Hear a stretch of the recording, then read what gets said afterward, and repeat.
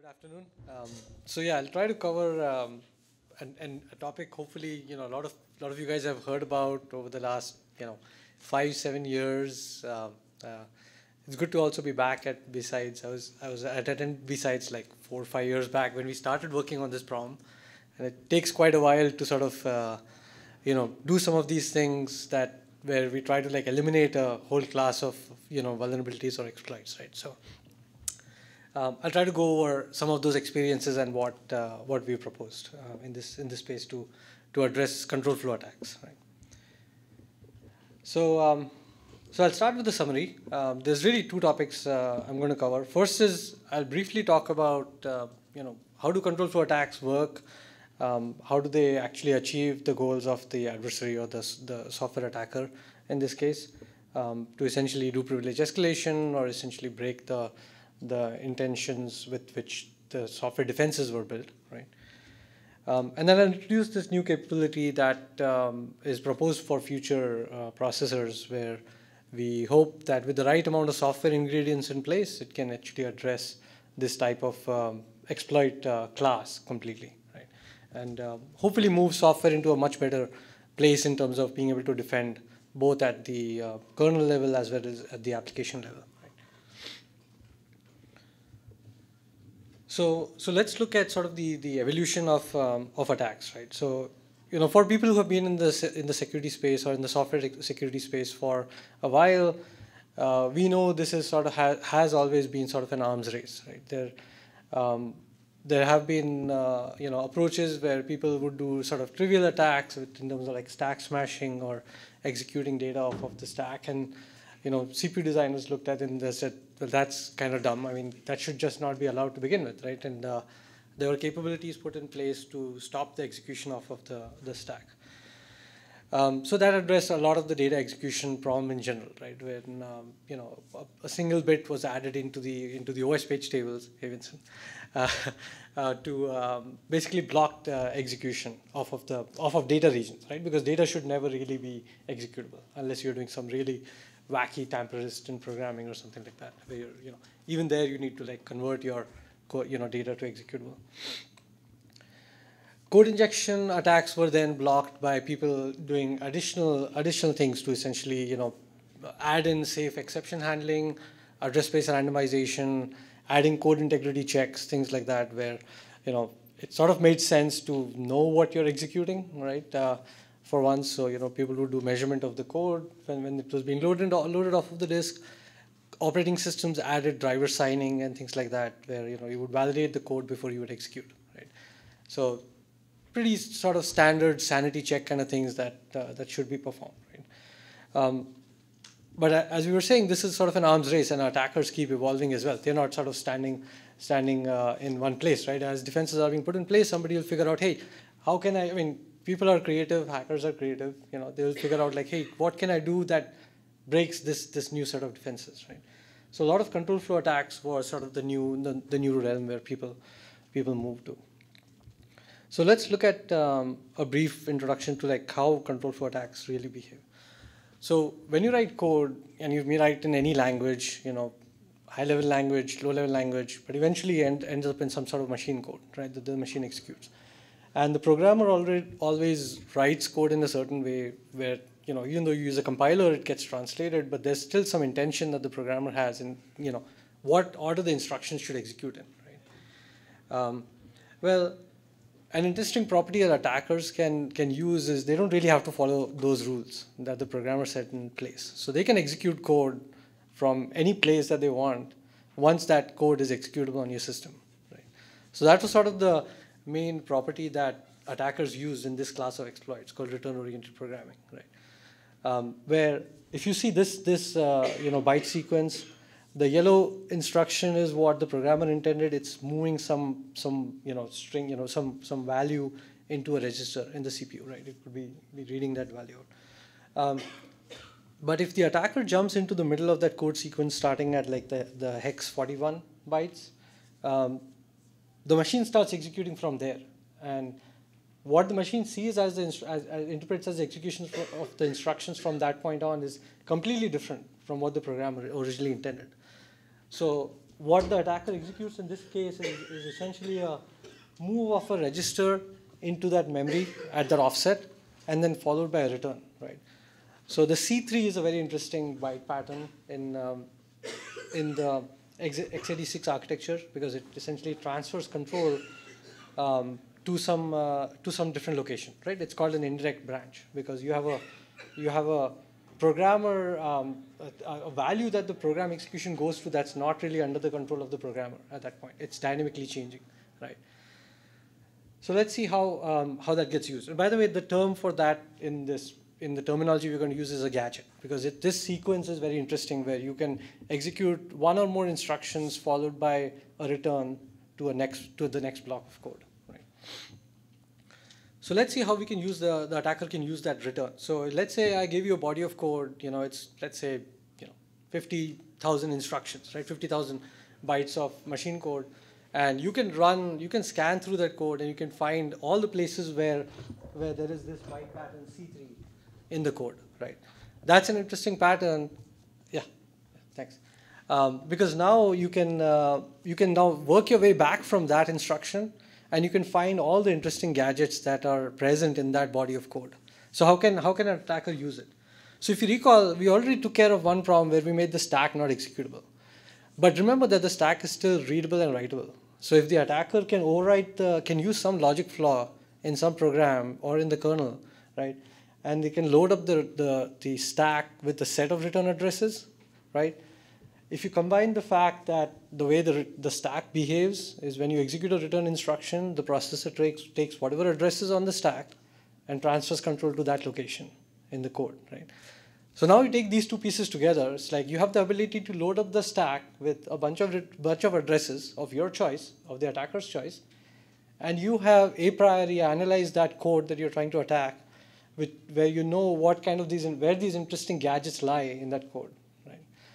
So you can just basically put those two pieces together, and you can write your own program on top of the code that was already executable, right? So that's really a paradigm or a model that attackers use, which is called return-oriented programming.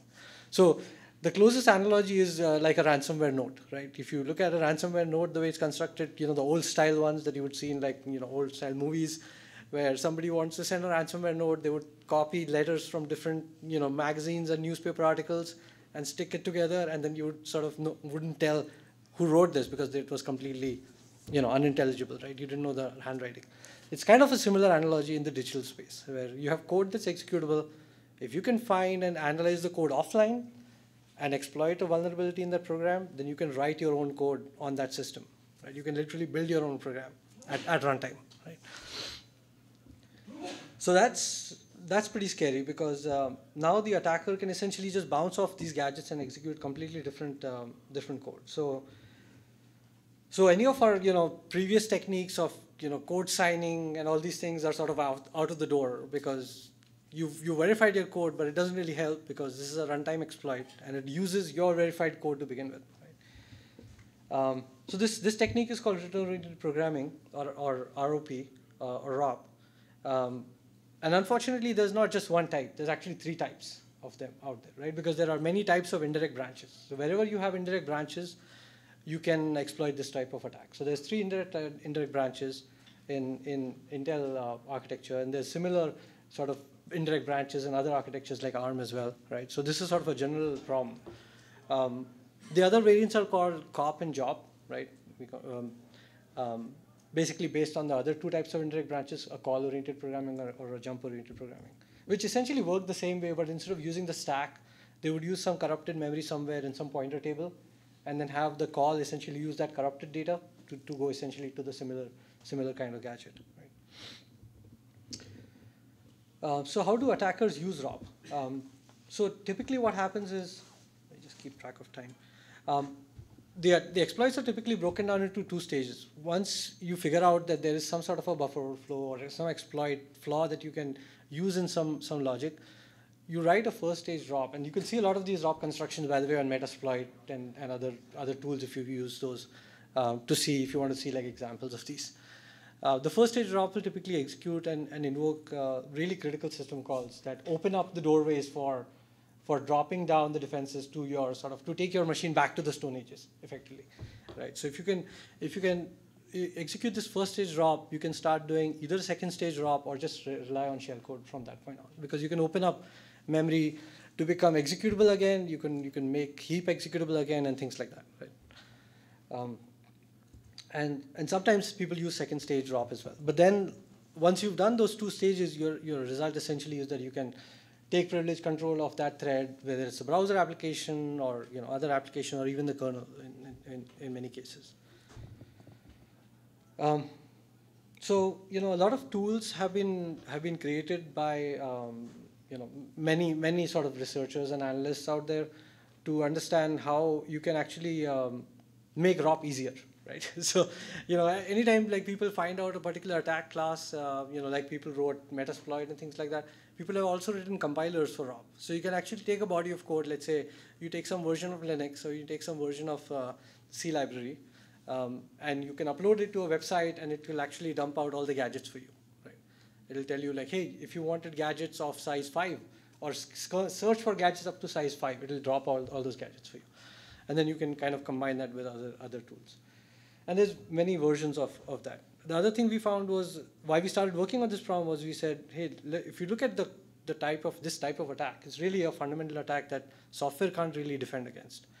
And we saw that with browsers and many other 0 days being using this kind of ROP attacks. So that was sort of our key observation, is that pure software mitigations are falling short in this space, because if you have software depending on software for security, it's sort of an arms race you can't win, right? Because at some point your defenses are going to break down, because you can't rely on the software to ensure that your instructions are executing in the right way and things like that, right? So it's there's a couple of different other artifacts to consider where why does this attack work? Because we have sort of we don't have any forced instruction alignment in the architecture, right? It's a very dense instruction set, so you have a lot of combinations you can search for. We have a 1-byte return instruction, the C3 that I showed earlier, which we have to maintain because of compatibility, right? We cannot say, hey, let's use a 15-byte return instruction. That might solve the problem, but then you break software all over the place, right? So we have to make sure this works with existing software. And we can't change the ABI. Like we couldn't say, hey, let's just switch over and use a completely different stack, right?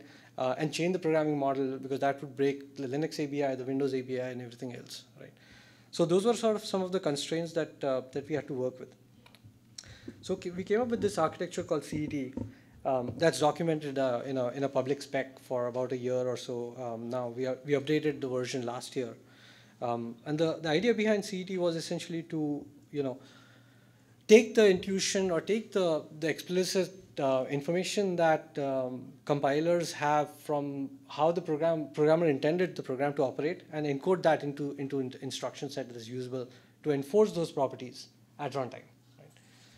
So the first intrinsic is a new set of instructions called NBranch 64 and NBranch 32, which essentially you can think of these as like landing pads or landing tags. So when you see an indirect branch happen, which takes your execution control from point A to point B in the program, what this instruction lets you enforce is that when your indirect branch occurs, that you actually land on an NBranch instruction. So it effectively sets off, it arms the system or arms the machine when an indirect branch happens, and it disarms the machine when it sees the NBranch, right?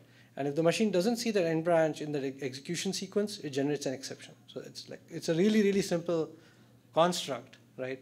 And it's really there. That's why very low cost in terms of like implement performance and things like that. But it's very powerful, because now for the first time we can actually enforce things in software that we can inline enforce as policies that cannot be bypassed just by simple circumvention. So today, if I have, let's say, AV software that I'm using, and the AV software wants to hook certain APIs to enforce that, I'm doing some sort of filtering of like parameters, right? I'm checking the parameters that are being passed in. Today, I can very easily just circumvent that check, and nothing will stop the attacker on the system. I can just jump to I can read the memory at the hook point or the start of the function. If I see that the location has a prequel jump on it, then I know the API is hooked, and I can just jump past that jump point, and everything will just work from there, right? But now with things like NBranch, you can actually enforce those checks in line, because the machine will generate an exception if your indirect branch, when you called into a DLL and things like that, did not have a landing tag on the other end. Right? So this is a compiler inserted capability. So obviously this requires a recompile, right? So this would have to be an explicit opt-in capability that somebody who wants to harden their code can recompile with that version of the compiler that enforces this intrinsic. The second one, which is the more interesting one, which actually prevents the ROP exploit I described earlier, is essentially a shadow stack. Right? So shadow stacks have been around, have been discussed in like the academia for like many years now, right? And so really the problem we solved here was more from the perspective of the Intel ISA. How do we really add the right set of instructions that, as I described earlier, don't break the ABI, right? So we want to provide the right intrinsics to software so that they can actually manage the shadow stack correctly without breaking the existing software infrastructure that we have, but still enforce the security property that attackers should not be able to use return-oriented programming fundamentally. Right? So with the way shadow stack essentially works, actually I'll describe that in an animation since we're running out of time. So let me show you sort of intuitively what NBranch does. Right? So if I have this code and this is compiled, what NBranch essentially looks like is those landing tags that I've marked with the stars at the beginning of the exported functions. Right?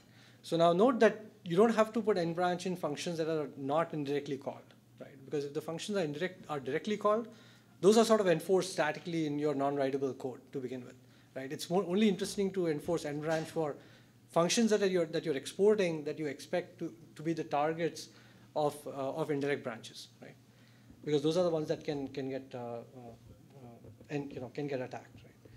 So if this sort of a transition happens, the machine says everything is fine. This is a normal call, indirect call going to an end branch, so it continues normally. But if you see some indirect call going to some location where there is an end branch not present and CET is enabled for that process context, you essentially will get a control flow exception violation, which is a new violation reported to the OS. Right? So the operating system will stop the process at that point, and it's a fault-like exception, so the OS can go look at the scenario and see what's going on and either allow the app to continue or stop it, because obviously if it was a CET-enabled app, then it's a violation that it wants to explicitly disallow. The other one is the shadow stack, and that essentially in terms of the software construct is, think of it as a regular stack, but it's access protected, and it only holds the return addresses, right? So this is how we could maintain the ABI and not break the parameter passing techniques on the regular data stack.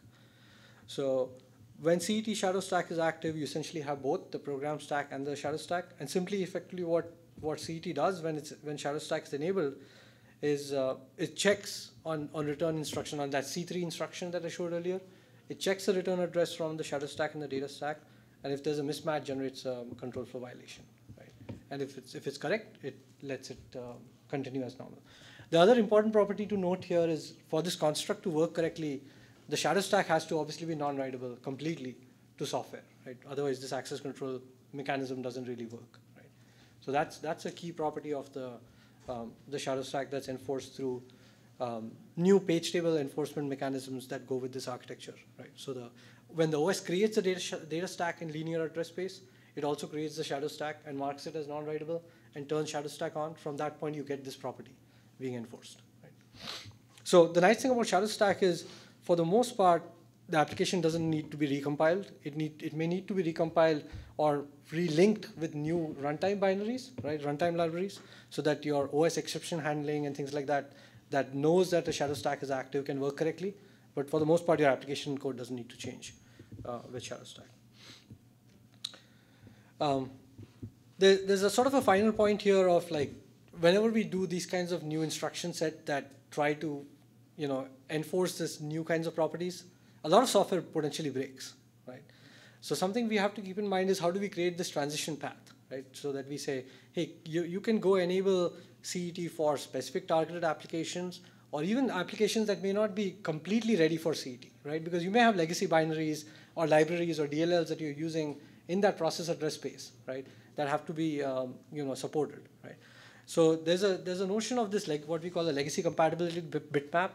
It's actually like a really it's sort of a bad idea in the architecture that we don't really like, but it's sort of a reality that we have to deal with, that if you really want your application to be secure, you do not want to turn on legacy compatibility bitmap for your application. It has to be fully and completely CET compiled and enabled.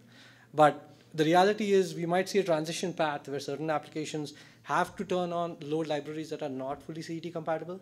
And then this is a way for the operating system to say, here's the libraries or code that are not fully CET compatible. So if you do see a transition into that path, look up this bitmap to decide whether to generate an exception or not.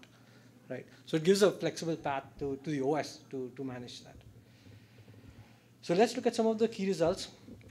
And I'm going to run out of time, so I'm going to just go through this quickly, and I can take questions. So we did a sort of a security analysis of CET using simulators, right? And one thing we realized was we kind of were thinking about, like, is Shadowstack by itself enough, or do we also need NBranch to be supported? Even though the architecture allows you to enable one or the other, right, or both, what we realized in our analysis from Linux is that really a good implementation that's using software implementation that's using CET should turn on both the capabilities. Because it's very easy for an attacker, if you block ROP, to just pivot over to use COP or job and really use the same gadgets as is. And we showed that this is some code that we found in Linux, for example, that essentially iterates over an indirect branch, which is essentially a COP, right? So if I turned off ROP and the attacker was forced to using COP and I did not implement NBranch, didn't compile my kernel with NBranch, they could simply use this loop here to invoke this call indirect and invoke literally the same gadgets, right? So that's an important property to take together. So one thing you guys might be wondering is, okay, so what am I going to pay for this, right? What's the cost of turning this capability on? So what we have done in analysis right now, because we don't have hardware for this, everything is on simulators right now. We've analyzed the sort of the three cost aspects of CET, right? One is what's the performance cost for Shadowstack, right? And we are aiming for this target to be around less than 2%. What's the power impact? That's important for large data centers that are turning this on at scale, right? And the third one, what is the code size growth? Because if you have really, really small kernels and embedded kernels, you may not be able to take the cost of your code becoming too bloated because of adding NBranch instructions, things like that. So what we found is for code growth with NBranch, the geo mean is about 0.2%. With Intel compilers, with GCC compilers, it's about 0.4%. So that seems reasonable for that kind of defense capability. So last couple of things to end. So as I said, the spec is online, and it'll be great if this community can go look at the spec and give us feedback. It's always good to have sort of a really focused audience look at the spec, especially for these kinds of defense mechanisms, right? Because it's harder to build defense mechanisms, and it's much straightforward to build one attack mechanism. There's a bunch of software enabling in place. The GCC patches or GCC support for this capability is in the GCC version 8 right now that you can turn on with the FCF protection flag. There's also Intel C compiler supports it. And there's a tool called SDE that essentially is an emulation vehicle that has CET capability in it. So you can actually compile your code for CET and run it on SDE and make sure it works correctly. Right? So you can actually get a lot of your code transition over to CET even before the CPU shows up. And there's OS patches for Linux that are in review right now. So we can if we say we address ROP, are we done? Are attackers basically going to just say, okay, we are also done, we are going to close shop and go home? That's not really going to happen. So we are looking at, from the research perspective, how the attacks evolve. We're seeing this new class of attacks called data-oriented programming that seems to be emerging right now. It's at the research stage. There's a couple of talks at Black Hat this year, a couple of recent papers that have been published from a couple of good universities.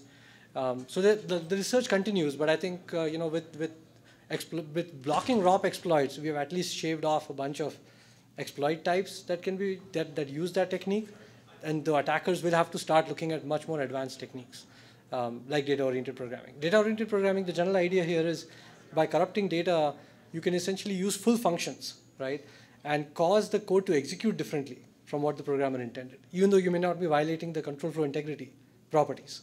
So a data-oriented programming attacker is going to try and attack a program even when your code is CET compiled.